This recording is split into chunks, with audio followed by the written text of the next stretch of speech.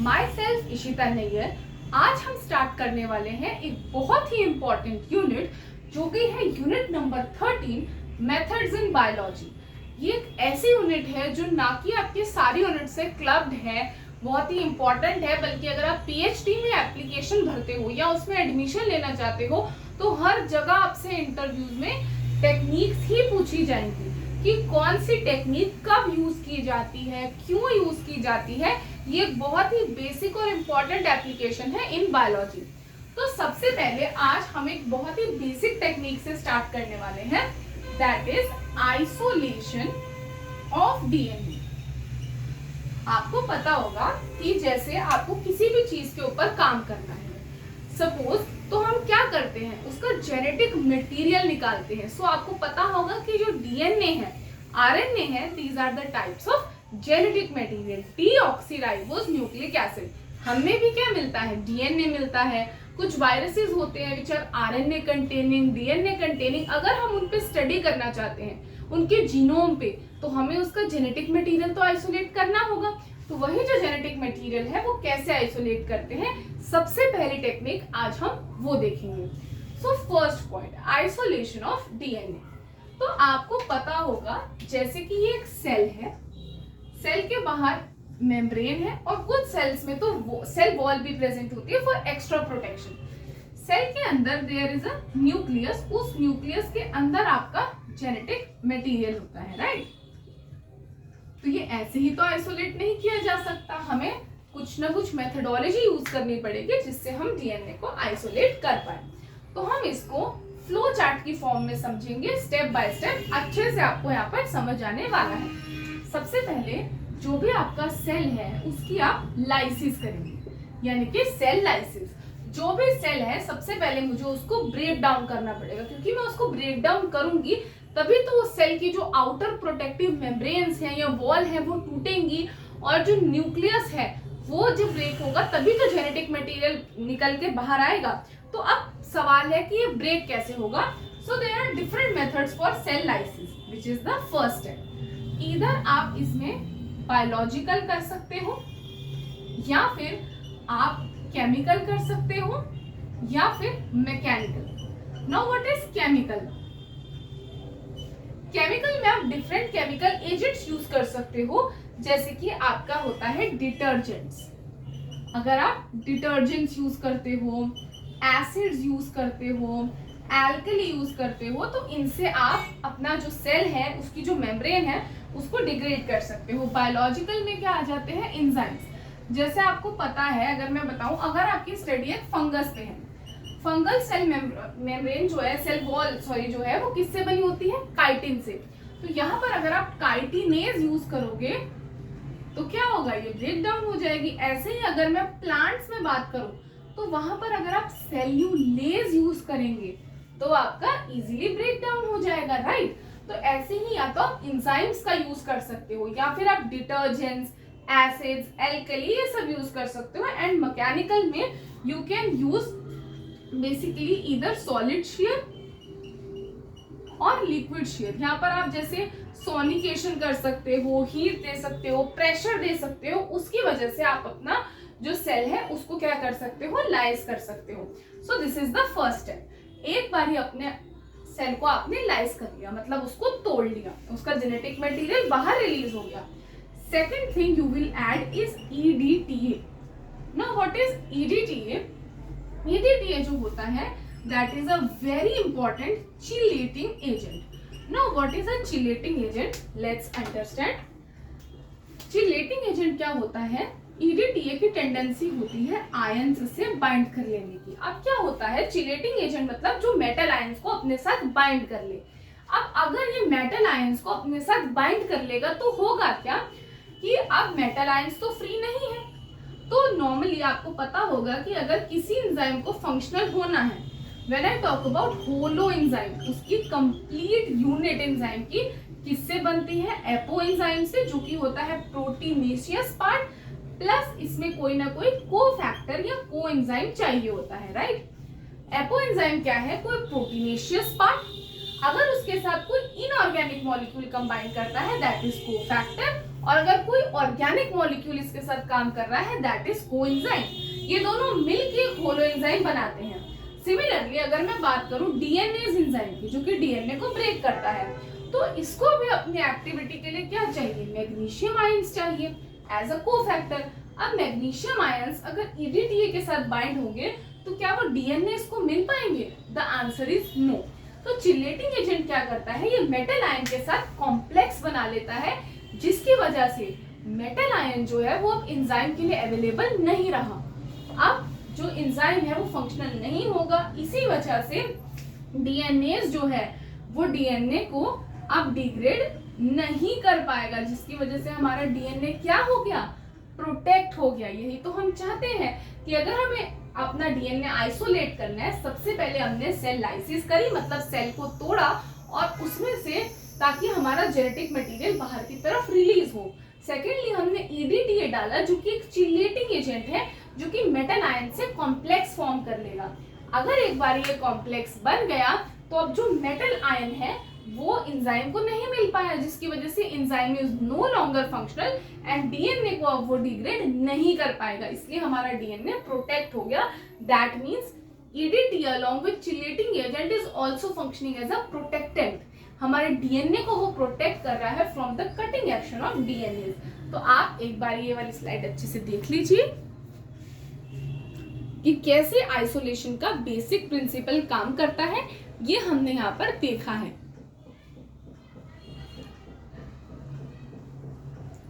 इसके बाद हम बढ़ेंगे अपने नेक्स्ट स्टेप पे। आई होप कि आपको पहले जो 2 स्टेप हैं वो आपको समझ में आए होंगे। तो अब हम बात करने वाले हैं अपने थर्ड स्टेप के बारे में। हमने लाइसिस कर ली एंड ईडीटीए डाल दिया। Now the third step is addition of RNase and proteases.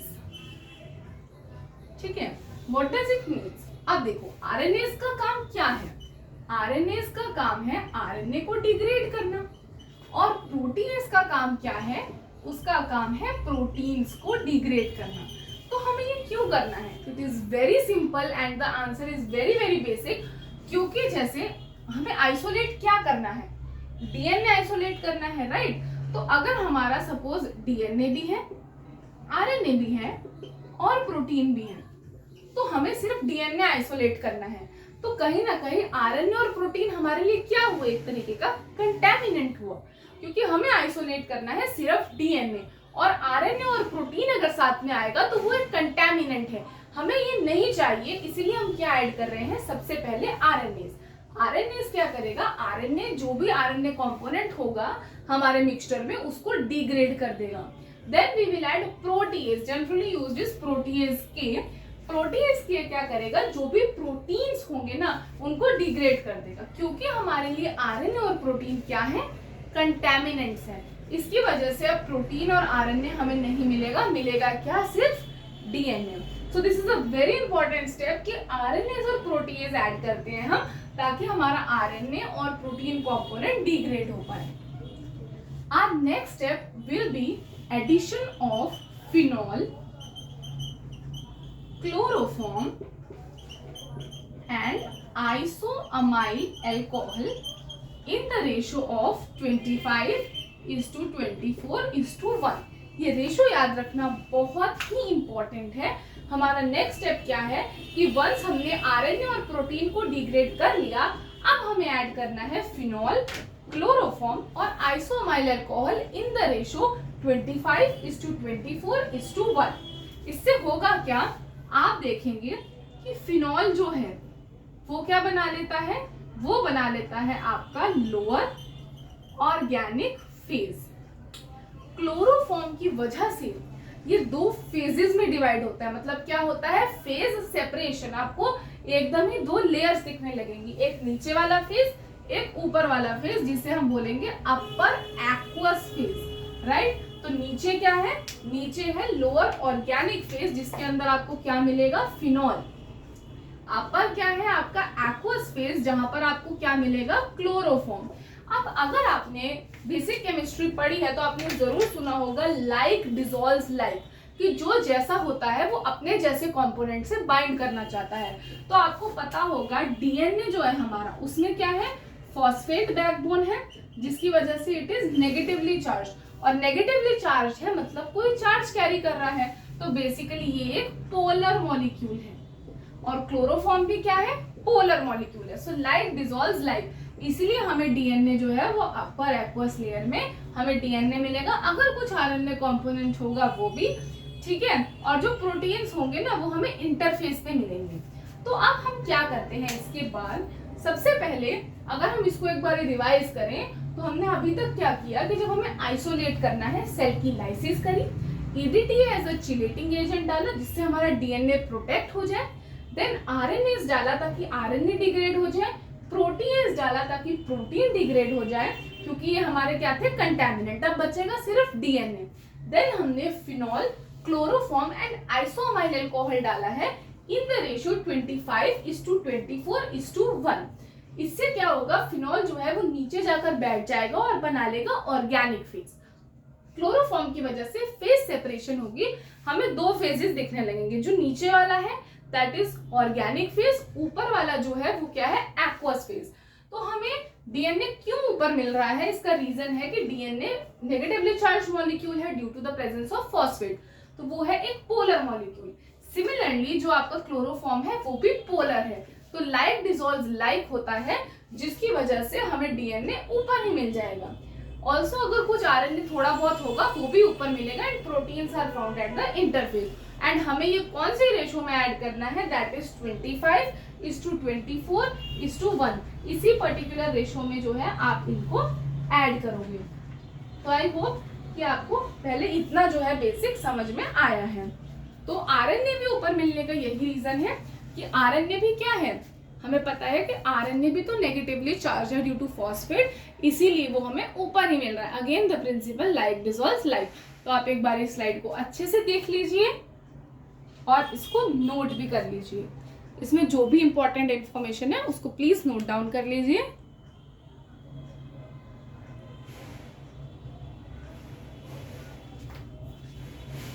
तो अब हम बढ़ते हैं अपने नेक्स्ट स्टेप की तरफ।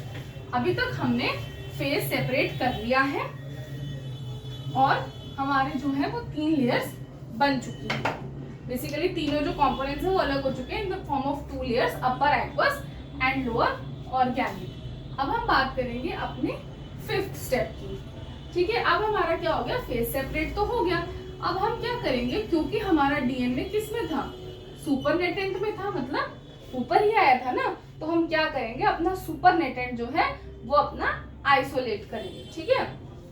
जैसे ये हमारी ट्यूब थी, हमारा डीएनए ऊपर था, तो हमने सुपरनेटेंट लेकर एक दूसरी ट्यूब में ट्रांसफर कर लिया। ओनली द सुपरनेटेंट जो है उसको हम क्या करेंगे, उसको हम ट्रांसफर करेंगे टू अ न्यू, ठीक है, हमने उसको नई ट्यूब में ट्रांसफर कर लिया। अब एक बारी हमने ट्रांसफर कर लिया, अब हम क्या ऐड करेंगे, हम ऐड करेंगे आइसोप्रोपेनॉल। ये आइसोप्रोपेनॉल का क्या काम है, इसका काम है प्रेसिपिटेशन ऑफ डीएनए।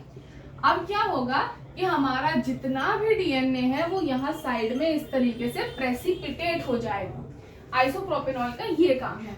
और उसके बाद हम उसको लॉन्ग टर्म अगर हम स्टोर करना चाहते हैं तो हम उसमें क्या डाल देंगे, आप टीई बफर डाल सकते हो और उसको स्टोर कर सकते हो इधर एट 4 डिग्री। अगर आपको बहुत लंबा टाइम यूज करना है, आप -20 पे, और भी ज्यादा यूज करना है तो -80 पे, क्योंकि आपने पढ़ा होगा कि लोअर टेम्परेचर पे हमारा कंटेंट जो है वो प्रिजर्व रहता है। तो आप इस तरीके से एंड में क्या कर सकते हो, उसको बफर डाल के जो है वो स्टोर कर सकते हो for the future use.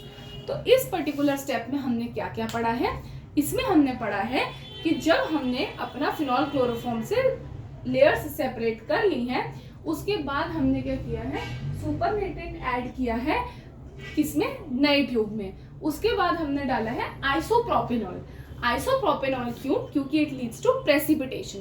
Precipitation की वजह से जो डीएनए है वो एक एंड पर प्रेसिपिटेट हो जाएगा, एंड फर्दर हम जब उसमें टीई बफर डाल देंगे तो उसके बाद हम उसको स्टोर कर सकते हैं। अगर हमें कम टाइम के लिए चाहिए तो 4 डिग्री पे, थोड़ा ज़्यादा टाइम स्टोरेज चाहिए तो -20 पे, एंड इवन मोर टाइम चाहिए तो हम -80 पे स्टोर कर सकते हैं। आई होप आपको ये समझ आया है, तो आप इसको नोट कर लीजिए। इसके बाद हम इससे आगे बढ़ेंगे। सबसे पहले अभी हमने डीएनए आइसोलेशन जितना भी कवर किया है, इसको हम कवर करेंगे in the form of a flow chart. तो please be ready and this will be a revision for you, जिससे आपको इजीली समझ आए। मुझे करना था DNA isolate. Suppose I am working on a virus और उसमें जो जेनेटिक मटेरियल है दैट इज डीएनए, तो मैं कैसे आइसोलेट करूंगी, ये आपसे पूछा जा सकता है आपकी इंटरव्यूज में, and very very important question ये आपके लिए रहने वाला है। तो आप क्या करेंगे, सबसे पहले अगर आपको डीएनए आइसोलेट करना है, the first step will be cell lysis. सबसे पहले आप अपने सेल को लाइस करोगे, उसको अच्छे से ब्रेक डाउन करोगे, ठीक है। Either it can be mechanical, chemical और बायोलॉजिकल मेथड। आपने जैसे ही अपना सेल लाइसिस कर लिया, उसके बाद जो है आपका नेक्स्ट स्टेप अब क्या रहने वाला है, आप एक बार मुझे सोच के बताइए। ओके, सो एक बार आपने अपना सेल लाइसिस कर लिया, अब आप डालेंगे EDTA, that is the chelating agent. ये मैग्नीशियम आयंस से बाइंड कर लेगा, जिसकी वजह से डीएनए जो एंजाइम है जिसको मैग्नीशियम आयंस चाहिए, उसके लिए वो आयंस अवेलेबल नहीं रहे। एंड अब क्या हुआ कि जो डीएनए था उसको आयंस नहीं मिले, वो फंक्शनल नहीं रहा, तो वो डीएनए को डिग्रेड नहीं कर पाएगा। So EDTA acts as a chelating agent as well as a protectant of our DNA. Third step में आप ऐड करते हो आरएनएस एंड प्रोटीएस के। आरएनएस क्यों, ताकि आरएनए डिग्रेड हो जाए। प्रोटीएस क्यों, ताकि आपके प्रोटीन्स भी डिग्रेड हो जाए, क्योंकि ये क्या थे, हमारे लिए डिजायरेबल तो नहीं थे, अब ये डिग्रेड हो गए। देन आप ऐड करोगे phenol, chloroform and isoamyl alcohol in the ratio 25:24:1। इसकी वजह से आपका एक बन जाएगा lower organic phase, and upper जो बनेगा that is upper aqueous phase, और आपका डीएनए ऊपर आ जाएगा। क्यों, क्योंकि डीएनए इज नेगेटिवली चार्ज्ड और क्लोरोफॉर्म भी पोलर है, तो ये आपको क्लोरोफॉर्म वाली लेयर में मिलेगा। अब आप क्या करोगे, क्योंकि ऊपर ऊपर आपका डीएनए है, तो आप सुपरनेटेंट बड़ी ही ध्यान से आप दूसरी ट्यूब में ट्रांसफर कर लोगे। उस सुपरनेटेंट में अब आप डालोगे आइसोप्रोपेनॉल, जो कि है प्रेसिपिटेटिंग एजेंट। जैसे ही आप डालोगे आपका डीएनए प्रेसिपिटेट हो जाएगा। अब आप इसको ऐड कर सकते हो टीई बफर में। क्यों, क्योंकि टीई बफर से वो एक उसको मीडिया मिल जाएगा जिसमें वो स्टोर रहेगा। अब आप इस ट्यूब को 4 डिग्री पे स्टोर कर सकते हो अगर आपको अभी थोड़ी देर में यूज करनी है, अदरवाइज -20 डिग्री या -80 डिग्री अगर आपको लेटर ऑन यूज करनी है। तो ये बहुत ही इंपॉर्टेंट स्ट्रैटेजी है कि आप कैसे डीएनए को आइसोलेट कर सकते हो। देखो, डीएनए को आइसोलेट करने के और भी बहुत सारे मेथड्स हैं। अगर आपको जीनोमिक डीएनए या प्लांट डीएनए आइसोलेट करना है तो आप CTAB मेथड यूज कर सकते हो। इसके अलावा देखो बहुत सारे मेथड है, there are kit based methods. जब आप किसी लैब में जाते हो तो वहाँ की अलग अलग किट्स होती है, आपको प्रोटोकॉल दिया जाता है, उसके अकॉर्डिंग ही आपको करना रहता है, तो आप किट बेस्ड कर सकते हो। दूसरा जो आपका है कि आप कैसे आइसोलेट कर सकते हो DNA, not only kit based, you can apply CTAB method, जो कि प्लांट के लिए या फिर आपका जीनोमिक डीएनए के लिए एप्लीकेबल होता है। अब अगर आपको आरएनए आइसोलेशन बोले तो द स्ट्रेटेजी इज बिल्कुल same except for 1 to 2 extra steps, तो मैं वो यहीं पर ऐड करना चाहूंगी ताकि आपको समझ में आए।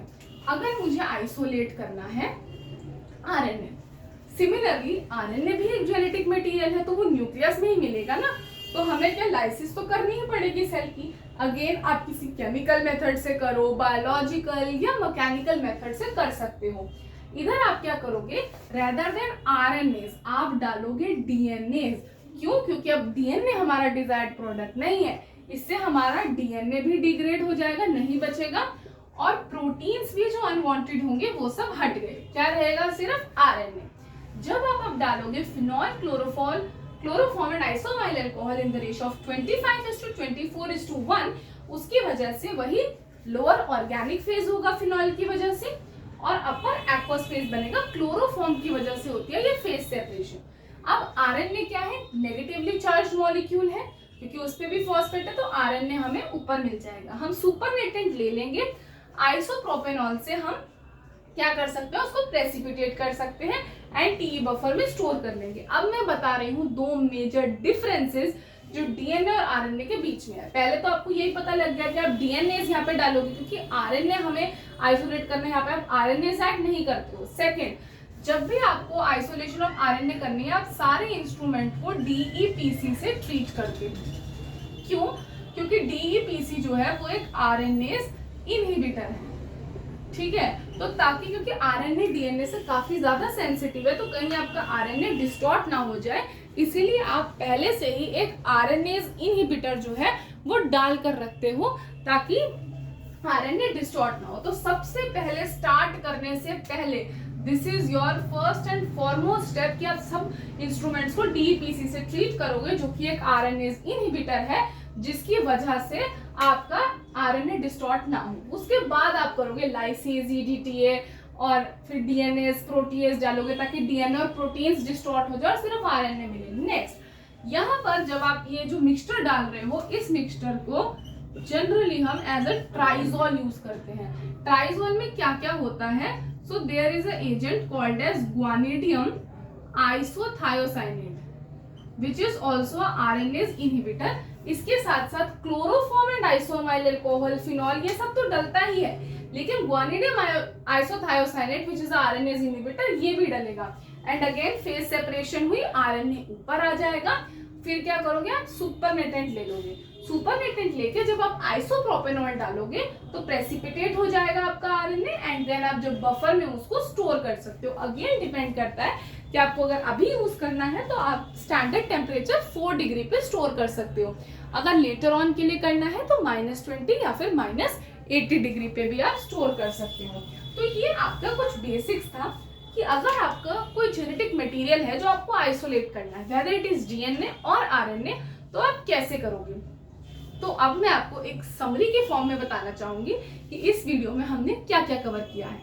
सो मेथड्स इन बायोलॉजी एक बहुत इंपॉर्टेंट यूनिट है जिसमें हम बहुत सारी टेक्निक्स पढ़ने वाले हैं। आज के लिए हमारी टेक्निक थी isolation of DNA and isolation of RNA.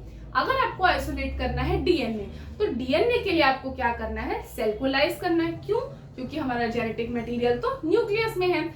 जब आप उसको लाइज कर लोगे उसके बाद आप डालोगे EDTA which is the chelating agent, जो कि आयंस से बाइंड कर लेगा। उसके बाद आप ऐड करोगे आरएनएस और प्रोटीन्स ताकि आरएनए और प्रोटीन्स डिग्रेड हो जाए, क्योंकि वो हमारा वांटेड मटेरियल नहीं है। उसके बाद आप क्या ऐड करोगे? Phenol, chloroform and isoamyl in the ratio 25:24:1। Phase separation हुआ, डीएनए हमें ऊपर मिल गया बिकॉज लाइक डिसॉल्व्स लाइक। आप सुपरनेटेंट लेके दूसरी ट्यूब में ट्रांसफर करेंगे, आइसोप्रोपेनॉल डालेंगे for the precipitation of DNA, then उसको बफर में स्टोर कर लेंगे फॉर द लॉन्गर यूज। अगर आपको आइसोलेट करना है आरएनए, क्योंकि आरएनए थोड़ा ज्यादा सेंसिटिव है डीएनए से, रिएक्टिव भी है, इसीलिए पहले हम अपनी सारी जो इंस्ट्रूमेंट हम यूज करने वाले हैं उसको डीईपीसी से ट्रीट कर लेंगे। डीईपीसी से ट्रीट करने के बाद लाइसिस करेंगे, डीएनए और प्रोटीएस डालेंगे ताकि डीएनए और प्रोटीन डिग्रेड हो। देन ट्राइजोल का यूज करते हैं। ट्राइजोल में क्या क्या होता है? There is guanidinium isothiocyanate, phenol, chloroform and isoamyl alcohol. Again phase separation हुआ, आरएनए ऊपर आएगा, सुपरनेटेंट हम ट्रांसफर करेंगे, then precipitation and then buffer में उसको स्टोर करेंगे फॉर लॉन्गर यूज। अगली जो हमारी वीडियो होगी उसमें हम ये पढ़ेंगे कि अगर हमारा ये आइसोलेशन हो गया, अब आइसोलेट करके हम क्या क्या कर सकते हैं, कैसे हम क्लोनिंग करेंगे, कैसे हम मल्टीपल कॉपीज यानी कि एम्प्लीफिकेशन करेंगे पीसीआर से, कैसे हम इलेक्ट्रोफोरेसिस करेंगे, किस तरीके से हम कौन कौन सी टेक्निक यूज करने वाले हैं ये हम देखेंगे। और हम समरी में इंपॉर्टेंट फ्लो चार्ट्स बनाएंगे, तो आपके लिए बहुत इंपॉर्टेंट होने वाला है। तो हमारे साथ बने रहिएगा आगे भी, ताकि मैं आपको और इंपॉर्टेंट सारी इंफॉर्मेशन दे सकूं। सो आई होप आपको ये अच्छे से समझ में आया हो। Thank you very much for joining with us, for listening us and for being a very patient listener। I hope कि आप अच्छे से सीखेंगे और इतना अच्छे से पढ़ेंगे तो I hope आपका CSIR ज़रूर क्वालिफाई होगा। ना सिर्फ CSIR, गेट, डीबीटी, पार्क, अगर आप किसी के लिए भी टारगेट कर रहे हो ये आपके लिए बहुत ही इंपॉर्टेंट रहने वाला है। सो आई होप कि ये आपके लिए उतना हेल्पफुल था। और ये जो फ्लो चार्ट्स हैं ये आप जरूर अपनी कॉपी में ड्रॉ करेंगे। ये स्ट्रैटेजी आपको हेल्प करेगी इन प्रिपेयरिंग शॉर्ट नोट्स, जो कि आपको एकदम क्लिक में वहां पर याद आने में हेल्प करेगा। So thank you very much और हमारे साथ आगे भी बने रहिए। मैं अपनी नेक्स्ट अपकमिंग वीडियोस में आपके लिए इलेक्ट्रोफोरेसिस, पीसीआर, क्लोनिंग ये सब लेके आने वाली हूँ बेसिक से। तो अभी के लिए ये पढ़िए और नेक्स्ट आपको नेक्स्ट वीडियो में मिलेगा। Thank you very much.